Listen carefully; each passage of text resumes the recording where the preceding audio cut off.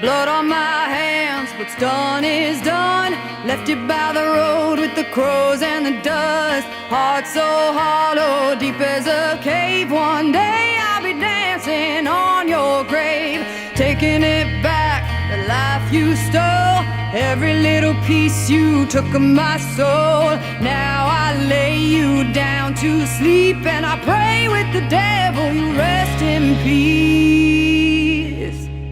You can't hang your chains on me when you're 6 feet deep. This heart ain't yours to bleed.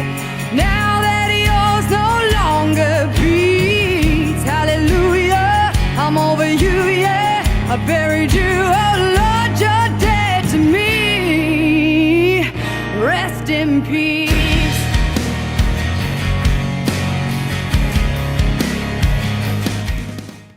Yeah, I've been wanting to talk about this movie for a long time now. It's been a full 18 years since this film came out, and it's kind of funny looking at it now. At the time of its release, it was pretty much panned and not many liked it. Granted, it did gain a bit of a cult following, and nowadays you can see the film actually get some appreciation from people, especially since Keanu has had a massive resurgence in his career recently, as well as him going on record that his version of John Constantine is possibly his favorite character to play.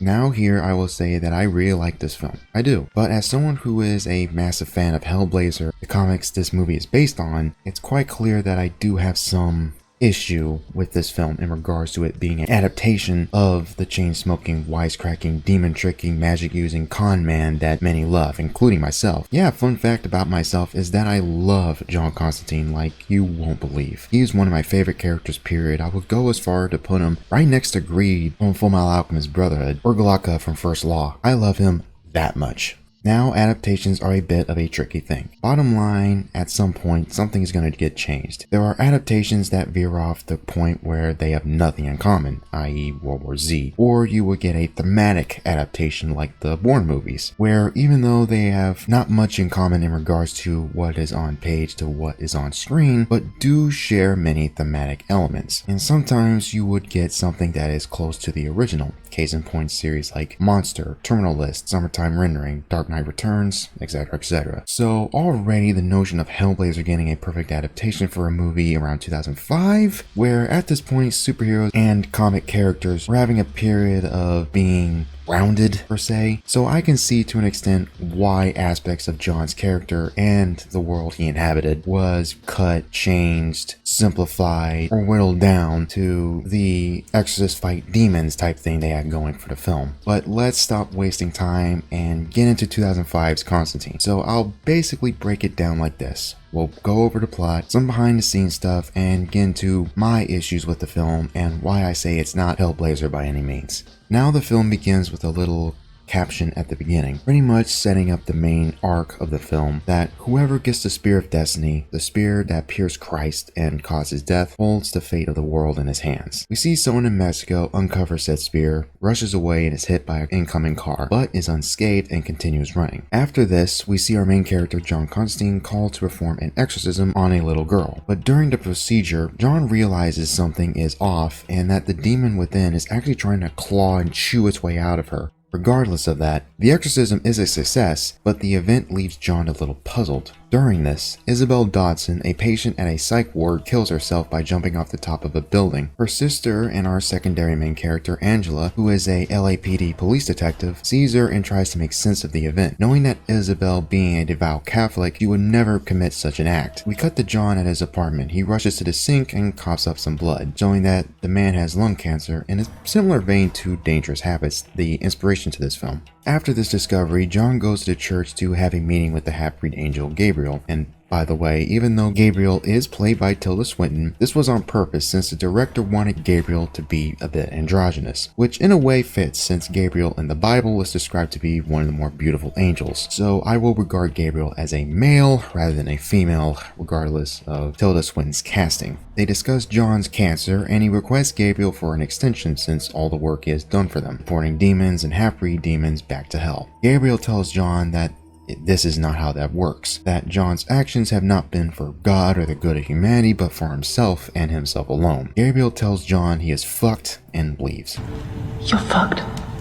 Also, side note, unless you're in the world of Pansy and Stockling or Preacher, angels should not swear. This is my personal take. What happens later is that John is attacked by a demon possessing a swarm of bugs. John wins by outsmarting it and gets it knocked into oncoming traffic. John is then driven by Chaz Kramer, his apprentice in name only since he's basically his personal taxi driver, to Club Midnight, Papa Midnight's club, a place that is neutral ground in the ongoing proxy war between heaven and hell. There we see various half-breed demons and angels interacting with each other without a care in the world. John talks to Papa Midnight, a former witch doctor but now someone who runs this club, to discuss recent events that have happened. Midnight tells John that the news of his cancer spread quick and that hell is waiting for him, and that even Big Daddy Blue himself would personally pick him up once he kicks the bucket. John tells Midnight of the demon who tried to claw its way out of the possessed girl from earlier and the demon who attacked him. Midnight doubts him and John leaves, but as he's about to leave, he runs to Balthazar, a half-breed demon John has encountered several times in the past. The two nearly duke it out, but Midnight stops them. John has a coughing fit and leaves. His cancer is getting worse. We cut to John in his apartment and we see Angela knock on his door and ask him a few questions. Angela is not convinced her sister Isabel took her own life. John shows disinterest and she leaves. John has a quick change of heart once he sees a swarm of shadows rush past his window, and he rushes outside and catches up to Angela. He talks to her about the war between heaven and hell, and then we see the lights flicker and the block getting more and more engulfed in shadow. Angela pulls out her gun and John tells her it's useless. He takes a cloth out of his pocket, and side note, if you go behind the scenes, that cloth is actually from Moses' robe, which is actually a bit of cool trivia there. He tells her to close her eyes and she scoffs, and just as the last bit of light goes out,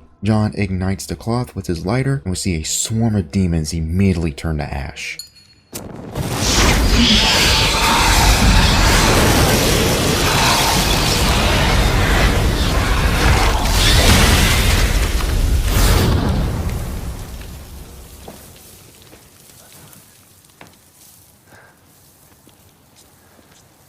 You mean stay in hell, huh? What follows is that John goes to Angela's apartment. He prepares a sort of ritual, if you can call it that, involving a pot of water and a kitty. Well, cats are the guardians of the underworld, so I guess that makes sense. Cats are the guardians of the underworld.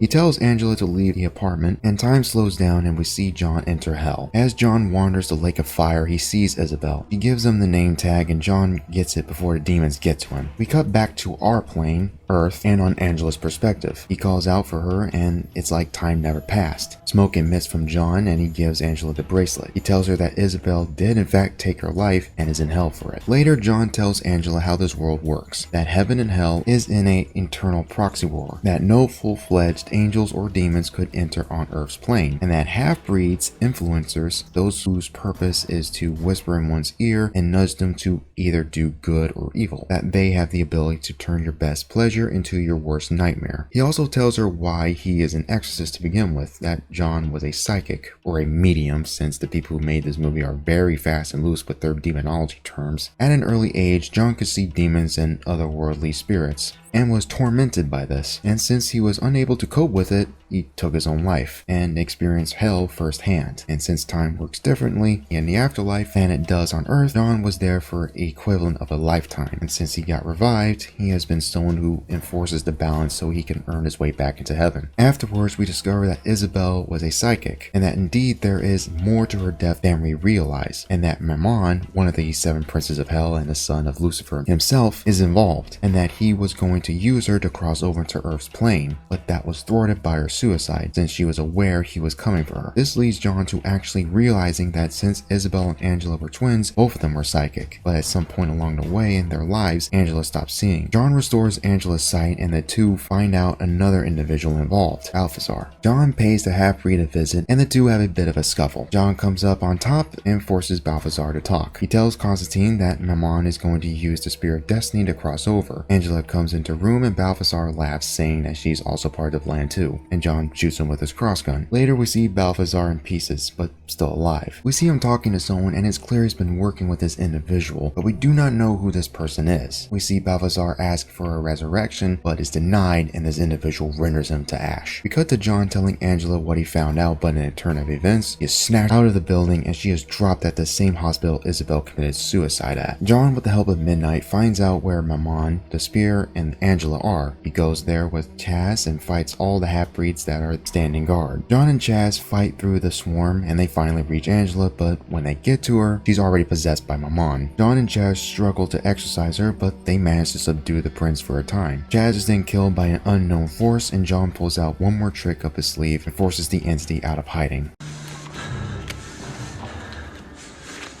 Into the light I command thee. Into the light I command thee. Into the light.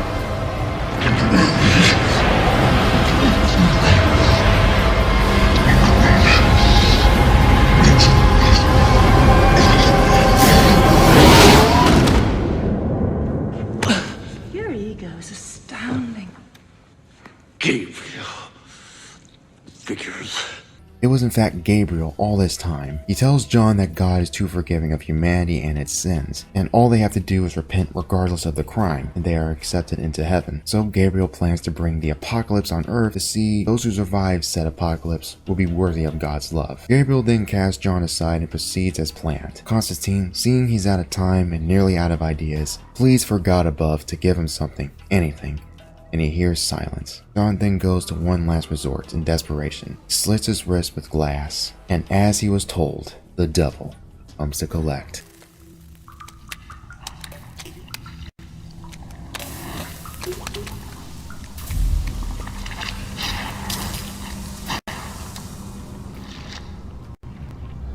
Lou, what took you so long? Hello, John. John asks how the family is, and Louis tells him the family's doing just fine. John, knowing Satan's pride and hubris, tells him that Mamon's in the other room with Gabriel, with the Spear of Destiny. Louis suspects he's bluffing and asks if this is one of his cons. And a little side note here, this line makes no fucking sense, but I will get to it. Blue Daddy gets pissed and nearly bites John's ear off and walks into the other room. He takes Angela, still possessed by Maman, and stops Gabriel from causing the apocalypse. Lucifer tells him that this will be his in time. Gabriel attempts to fight Louis, but realizes something. God does not have his back anymore.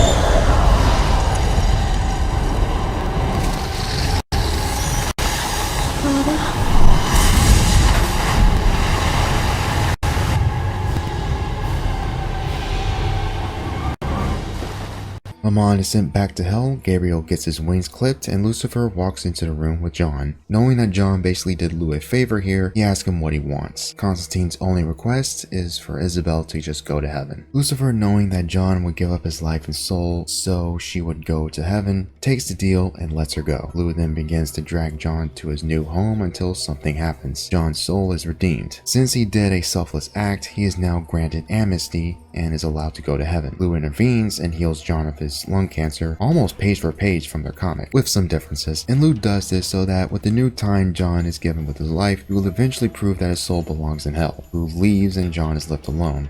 The world is saved and the man is redeemed. The movie closes with John telling Angela to hide the spear somewhere where even he will never look. The final line of the film being that maybe God does indeed have a plan for us. Final shot being Constantine chewing on a piece of gum. Okay, so now that pesky recap is out of the way, let's dive in here. Now, Constantine does have some issues, not just as an adaptation. There are some cut scenes and changed moments in the film. Granted, every film has them, but one of the more notable things that I think would have benefited the film would have been the character Ellie, a half-breed demon played by Michelle Monaghan. You would recognize her from True Detective. Now, she is in the film, but only briefly. He is the half-breedman that knows John uses holy water at the hospital. Now, Ellie was someone John had sexual relations with, but the director cut the scene because, and I quote, it would have made John less lonely. Unusual soul traffic, maybe. New prophecies, strange artifacts turning up. Now this scene here is one of my favorites and really interesting to talk about because it shows a character that was basically completely cut from the film. Michelle Monaghan, who's just a great actress, played this character Ellie, who's a half-breed demon. And he goes to see her and has just slept with her after finding out that he has cancer. And I just loved that idea in John that, he finds out he has cancer, he's dying, and the first thing he goes and does is, goes and sleeps with the hottest demon around. And she, of course, is giving him shit for having cancer and laughing at him, and he's asking her if she knows of anything that can help him. And of course, she's not giving him anything. She was actually sort of interspersed throughout this whole movie. We used to see her in Club Midnights later. We used to see her at the end in Raven's car right before the sprinkler sequence. And now there's one shot of her left. And really why it was all cut is because of this scene. Because somehow having John with this girl, this really beautiful girl who's really alluring and sexy and interesting, suddenly made him a lot less lonely. So we ended up cutting her out of the film. Now, that's a lot of horse shit. Gonna get into a quick tangent here, but many people can experience either loneliness or be incredibly emotionally distant, whether that would be due to depression or some other issue regardless of that individual's life. A person can be in a group of friends or be in a relationship with someone and still be emotionally detached. And a great example of this would be the movie Shame, starring Michael Fassbender. It's about a man who is a crippling sex addict and how that affects his daily life and personal relationships. And it ends on a real ambiguous note, and if you have not watched it yet, I do highly recommend it. It is a fantastic film and 1000% better than Nymphomaniac, a movie with a very similar premise, but unlike that, Nymphomaniac is just misery porn, both figuratively and literally. Now that tangent's out of the way, let's get back to Ellie. Now, there are 3 scenes with Ellie, all of which were cut, sadly, which is a real shame since she actually does a good job here. Plus, Comic Constantine would definitely sleep with her. The man would fuck anything that moves. Like, let's not joke ourselves. Oh,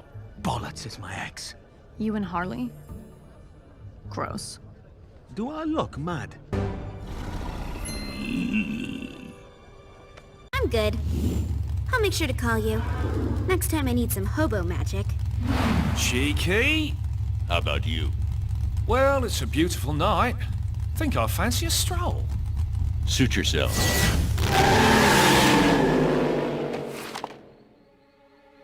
Ostium abertum. You who here? Hello, ladies. Another scene that was cut that should have been in the film was the scene where the scavenger who had the spear sneaks to the border and is stopped by Border Patrol, but with the power of the spear forces the patrol agents to, well, commit suicide, but was cut for being too intense. Make these little moments, these vignettes with our scavenger, Jesse, a little scarier. And so we had him burrowing under the border fence and being confronted by the Border Patrol, and sort of the power of the spear drops them to their knees, and they instantly cross themselves and throw the guns in their mouths, and bang, we go out on the gun flash. But I think people thought that scene was a little too intense. Are you fucking kidding me? Like, the movie's rated R, 7 got away with way fucking worse, and again, this is a fucking adaptation of Hellblazer. Worse shit happens in that comic than someone being forced to kill themselves, for Christ's sake. Another thing that I would like to bring up is in regards to the world building. Now, I should not be the one to point out the obvious and that none of this is in the comics at all. Whether that would be Sandman world where Hellblazer proper takes place, or even the DC universe proper, the balance was solely made for the film, and it kind of falls flat in some parts. Now, we are told that full-fledged angels and demons cannot cross over to our realm, that they cannot use a human to enter said world save the Spirit of Destiny. But how does that explain the demons who John stopped at the street, or Bug Boy? Papa Midnight even said they cannot just do that. Or is it that they can, but they would violate the balance if they did, and it's only certain demons like Mammon who is so powerful he needs the circumstances like the prophecy? It's not clear, and the wiki doesn't make it easier. Speaking of which, what the fuck are half-breeds? Like, I get how they're supposed to work and function, but how are they made? How are demon half-breeds a thing? On the wiki, I know, great source, but it says that they are a cross between either an angel or a demon with a human. So the term half-breed is literal, but how are they made then? This is pretty much a chicken or the egg situation where angels and demons cannot cross over onto Earth, but they actually could have just avoided the confusion and just say that half-breeds are just a name and that they are just demons or angels locked into a lesser form due to how powerful they are. They are in fact demons demons from hell or angels from heaven is locked into a semblance of a human form to some level. They are immortal, they still have some of their abilities, but they're still stripped of their power to an extent. That would make more sense, or at least that's what I thought they were when I first watched the movie. And if I'm getting something wrong here, or that I'm objectively wrong, and that I'm just talking out of my ass, or I got a bad source, please, for the love of God, let me know in the comment section. I am genuinely confused here. Also, a little sidetrack, but at Midnight's Club, you see a half-breed angel and demon together, clearly as a couple. That's, that's a disaster waiting to happen there. Also, this ties into Gabriel. Now, my issue with him is not his portrayal, casting, or actions, but how the fuck is one of the top angels a half-breed? Again, this ties into the whole half-breeds being literal entities that are half-human. Yeah, kind of weird in this universe that Gabriel is technically a Nephilim, and if you don't know what that is, read the damn Bible or watch Wendigoon. I think another point I don't think the movie does a good job of illustrating is John Constantine's selfish nature. Now, I will keep this criticism relative to the film in that, other than a few mentions, John never really came across like he was completely selfish. Like, there was never really a massive flaw we saw him had. We were always told he was selfish, but his actions say otherwise, and I'm not talking about his sacrifice play at the end. I'm talking about him helping Angela. If the man was truly out for himself, why in the world would he risk going to hell to help this random woman he never met? Now, this might be an issue of it being a symptom of it being cut content from the film. Who knows? There's a lot of cut stuff from the film, not just the ones that I found. Hell, circle back to Ellie. The scene where John enters the hospital, that was actually much longer. And now we have the stuff that we had to cut out here in the rain sequence with Ellie that I always liked as well. Ellie used to come out of the crowd here. One of our issues with this scene was that, Angela's in the other room getting drowned and attacked by our scavenger Jesse. And, this just extended that time. How long can somebody actually be drowning in that other room while, John is sitting here having a conversation with a girl, has a little conversation here. It actually, I think, in even earlier versions used to go on longer. They used to sort of come up right face to face, and then he used to get up on the chair here. Let's see if she circles around him. She sort of gives him shit. Yeah, there's a scene that's not happening here. But even then, that was cut from the deleted scene. Kind of tells you that there's a lot of stuff on the cutting room floor, as the case is for pretty much every film ever made, but still something to point out. Now it's time to get to what I really have been wanting to talk about, Hellblazer. It literally has almost nothing to do with the comic. I know what I said at the start, but that does not mean I'm okay with it. The magic, other beings, concepts, realms are a massive part that plays in Constantine's world. In the comics, and the fact that magic has been almost completely axed from the movie is like making Superman a movie where he doesn't save people, or a Sherlock Holmes movie where he mostly just fights people. Okay, those were good. You fuck off. But fuck it, you get what I mean. Another thing to point out, and this might sound like I'm a total fanboy here, and I don't really care. Like, you don't need to read Sandman to read Hellblazer, but he does play a role in it. Dream, Death, Lucifer Morningstar, all those characters exist within Hellblazer's world. And I know at some point they plan on doing a sequel to Constantine. Will we ever see Death? Can you imagine seeing Death or Dream show up in this universe? You can't. Because they didn't allow it to be that way. They only established it to be only heaven and hell. They haven't established a dream realm or other dimensions or other planes of reality. They never established that stuff. It is only the heaven and hell stuff, and that's one of my biggest issues with this movie as an adaptation. Also, other characters that are Hellblazer and Sandman centric like Chaz, Gabriel, and Papa Midnight do differ from their comic counterparts. Chaz is no longer John's best friend who helps him out. He is the rookie character under John's wing, and Shia does do a good job here. And it is kind of funny going from seeing the guy go from Even Stevens to this, and even from director, he was probably pretty nice on set. So regardless of your opinions of him nowadays. Also, though he still drives the cab, which I guess is nice. But him dying at the end was always iffy for me, regardless if he becomes an angel at the end credit scene. Gabriel, granted, is a bit of an antagonist to John in Hellblazer, and to be frank, without giving too much away, because I do plan on covering it soon, Gabriel is much worse in the comic. Yeah, the motherfucker's a rapist and a genocidal maniac. So yeah, kind of funny going from this version that Gabriel has somewhat of a semblance of a holier than thou aspect to himself, believing that he's doing the right thing. Yeah, like, it is much worse in the comic. But this also plays into the aspect of it being an adaptation where our introduction to the character is the only time we see him as an angel, and at the end he is rendered human. So if or when or ever a future installment comes, what exactly can they do with this character if they plan on doing anything at all? And well, out of everyone in the cast,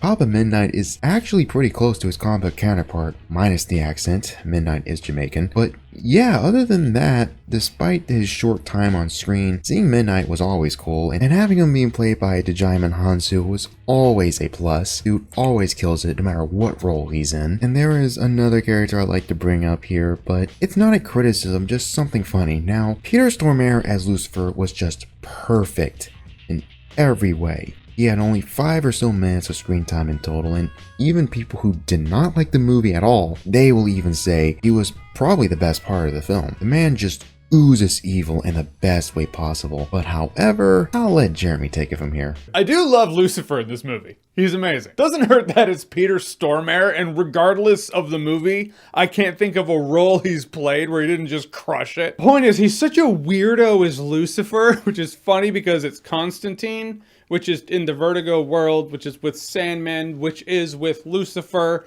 of Lucifer Morningstar fame. Yeah, that charming bastard. Well, he's this guy now. Again, not a criticism, just something funny to point out. Speaking of which, yeah, remember when I said, is this one of your cons? Makes no fucking sense in the context of the movie. Yeah, time to get to it. Now, John in the movie does not pull any con or any switch around like his comic book counterpart. In this universe, John is established to be an exorcist or a demon hunter, not the con man he is in the comics. Lou calling out John, seeing if he's bluffing that this is one of his cons, makes no sense in the context of this film or this universe. And before anyone tells me he did pull a con, no he fucking didn't. John knew. The motherfucker knew he was going to hell. This is not the DC or Hellblazer universe where John has pulled off multiple tricks on angels and demons alike and has always been almost 1 or 2 or 3 or 4 or 5 steps ahead of his enemies. This is a much different take. John making the sacrifice play here he did was not a trick. He was about to go to heaven, and if he was tricking anyone, and that he was, as Gabriel puts it, doing it all for himself, he would have gone to hell. And this ties into another point, the film's happy ending. Now, I am not a doomer edgelord like some people think, funny enough. I in fact like the ending of the movie a lot, but again, it's not Hellblazer, not by any stretch. In Hellblazer, cases would end sometimes, or even the majority of the time, with someone getting fucked over. Whether that will be John, a friend, or the person he was doing the case for. One great example would be the storyline Another Season in Hell, where John goes to hell and finds his sister and help her go to heaven. Massive spoilers, he doesn't. Long story short, John lies, and because of that, his sister remains in hell at the end of the story. Many storylines in Hellblazer are like this. They are rarely the heartwarming everyone wins ending that the film has. And to be honest, if the movie was more like its comic book self, I would go as far to say that either 1, Isabel stays in hell and Angela hates John for it, or 2, Angela dies at the end and ends up in hell as well. Now, if this was going to be more of a Hellblazer story, I would keep Isabel's suicide and tie to something where our characters found something else out. It's very much a great starting point for a Hellblazer storyline. Several of the storylines start similar to it, but you can remove John's cancer because that does not happen until much later down the line, and also remove the world-saving angle. Constantine does help out the Justice League and leads his own version of the JL called Justice League Dark that deals in supernatural threats. But in his own comics, John has always been a bit of a domestic hero, anti-hero rather, very personal and low stake threats. It is mostly someone's life and or soul being at risk than the entire planet. I would have it be where John would be investigating and he uncovers either a demonic or a cult plot, and him finding Isabel in hell would factor a larger role in the story. This might be its own video. Again, this is just being hypothetical and me spitballing. Gonna get a little sidetracked here, but John's arsenal in the movie is rather meh, but I will say that the cloth that was a piece of Moses' robe was cool, and the golden knuckles was also neat, but Dragon's Breath, really? I'm gonna be frank, it's useless. It's just fucking useless. I was born of this! I honestly God, I'm so tired of this. Why give your character a power that is borderline useless? Do not give your main characters a weapon or an ability that does nothing, okay? Poor storytelling is poor writing. Stop doing it. Do not do this. And I'm gonna say something that might sound like a bit of blasphemy here, but I really do not like John's cross gun. Now, before you hang me by my ball sack, I will say it is cool. It does not fit for a movie like this. Let me explain. Now, Constantine as a movie takes itself very seriously. There are very little jokes, and it runs with its concepts. It does not make jokes out of them. It is not a Marvel movie by any stretch. This is not Van Helsing, but the gun is not fit for it. To me, it is too on the nose design-wise. If it was something like In Dusk Till Dawn or Van Helsing, like I mentioned earlier, movies that are really over the top and crazy, it will actually fit right at home in those movies. But in regards to this film, I think something like a Winchester or something similar would fit better. Something that would have tons of engravings and symbols on it, like the revolver in Supernatural, if you ever watched that show, or the God Killer in Drive Angry. And I have not mentioned this earlier, but I really like the Red King spell. Even though technically it's his only spell in the entire movie, and seeing the deleted scenes, he was going to use it when he found Beeman's dead body. And John actually, for the first time, uses his Into the Light I Command Thee powers. But because he's so sick, it actually doesn't work. And we just start to see it work for a minute. And I always sort of had issues that it didn't work here, but worked later, and I decided it was more powerful to sort of just use that power later at the ultimate moment rather than see him fail using it before. Into the light I command thee. These are just sort of the beginning temp versions of the effects with the turbulence, and what's supposed to be happening is the shadows are supposed to be, that are already existing there, are supposed to be lifting away, revealing something there in front of him, and we never quite got there yet. This was the sort of the beginning of things, and it looked more like the shadows were moving in as opposed to pulling away. But because this was cut, we never went forward with those effects, and they were never realized. Again, is fucking bullshit. I know the movie came out in 2005, but it's almost as if he knew idiots like CinemaSins were going to complain about it. It's bizarre. Him cutting the scene, not only one, removed a scene where John's cancer actually affects him, but also him removing a power he has up until the climax. So we only see him use it once, at the very end. And in doing so, John pulls a power out of his ass at the 11th hour. Basic Chekhov's gun. A gun hanging on the wall in the beginning chapter must go off in one of the later chapters. But here, they remove the gun from the earlier chapters in editing, but kept it going off in the later chapters. And funny enough, the Red King is an alchemy symbol. So is John Constantine in his universe technically an alchemist? Into the light I command thee.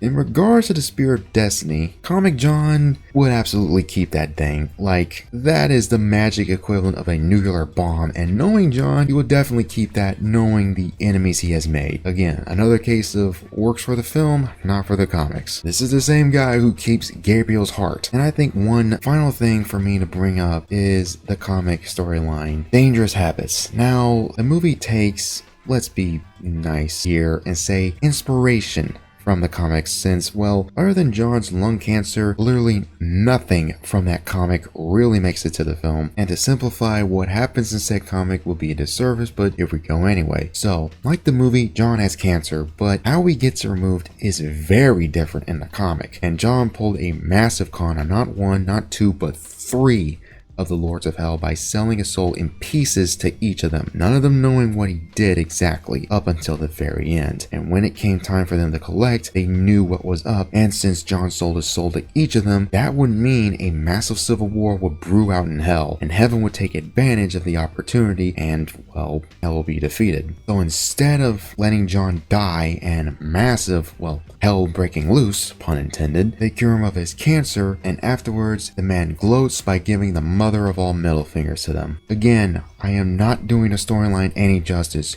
Go and read it when you can. It is regarded as one of the best Hellblazer stories for a reason. Massive props to Garth Ennis. Motherfucker knows how to write. But regardless of any of that, I still really like this movie. Sure, it is nothing like the comic. Sure, Keanu looks nothing like the character. Got Matt Ryan, and that's all what matters. And sure, some aspects of the world bugs me a lot, but it's what got me into the comics to begin with. And if it was not for this movie, I probably would not love John Constantine as much as I love him today. I won't lie, whenever this movie shows up on cable, I will watch it regardless of how far into the movie it is, whether it's at the beginning or near the end. I will watch it through and through. There are several quotable lines in this movie I still quote with my friends. How's my mind crossing over, you half-breed piece of shit? That's better. Au natural. Just tell me how my mind is crossing over and you can go back to your shithole. You're the one who should go to hell, half-breed. Busy, busy, busy, busy. Need a vacation. And Keanu, I actually won't lie, does the burn up, pissed off, sorry sod that is John Constantine pretty well. Granted, a Americanized version of him. Even though he doesn't make that many jokes or takes the piss out of everybody like he does in the comics. This is actually something that John is really well known for, which is a damn shame. But regardless, he does pull it off really well, and I would go so far to say that it's possibly his best role he has done. I will go there and actually say that. Keanu's very hit and miss. You're gonna fucking kill me! Why? Why? Because I fucked you? You fucked me! You fucked me! You came to my house! You came to me! I got you a car! I brought you your clothes and you took a fucking bubble bath! You wanted it! You wanted it! You came out to me! What was I supposed to do? You sucked my cock! You both fucking sucked my cock! It was free pizza! Free fucking pizza! Now, we all love him as John Wick. We all love him as Neo. Those roles aren't as emotionally taxing for him. There aren't that many intense scenes, acting-wise, that he has to do for him. They're mostly action roles, to be frank. But for Constantine, I will definitely say he really does a good job here. Like, again, you can just see the utter disappointment, like the burnout nature, like just that depressed look on his face constantly. You can see it on his face, you can see it on his eyes, just how he's just done with everything. Honestly, and it works for this film and it works for the character. And because of that, I will definitely go as far as to say it is his best role that he has done. And the fact that he loves the character as much, actually, I really buy that. And it's really awesome seeing the film get the recognition it very much deserved. I mean, hell, Chainsaw Man's opening referenced it, so you know it has a strong following. Regardless of all of its faults, this movie still kicks a lot of ass. There's still a lot of cool stuff in it. I still think some of the action is pretty neat. Granted, it's not the most memorable. There are more memorable scenes in other movies, especially around this era, but still there's some cool stuff like that tickle my little demonologist funny bone here and there, especially when he's using things like things such as the Spear of Destiny, the cloth made from the robe of Moses, like holy water and crucifixes, using gold to burn away demons or talismans or specific alchemist symbols and stuff like that. That stuff is neat, and I still like seeing that type of stuff, and it's really cool, to be frank. So yeah, I guess I'll pretty much end it right here. If you liked the video, be sure to like, comment, subscribe, ring the bell, all that good jazz. Take care. Stay chill, Wanderers.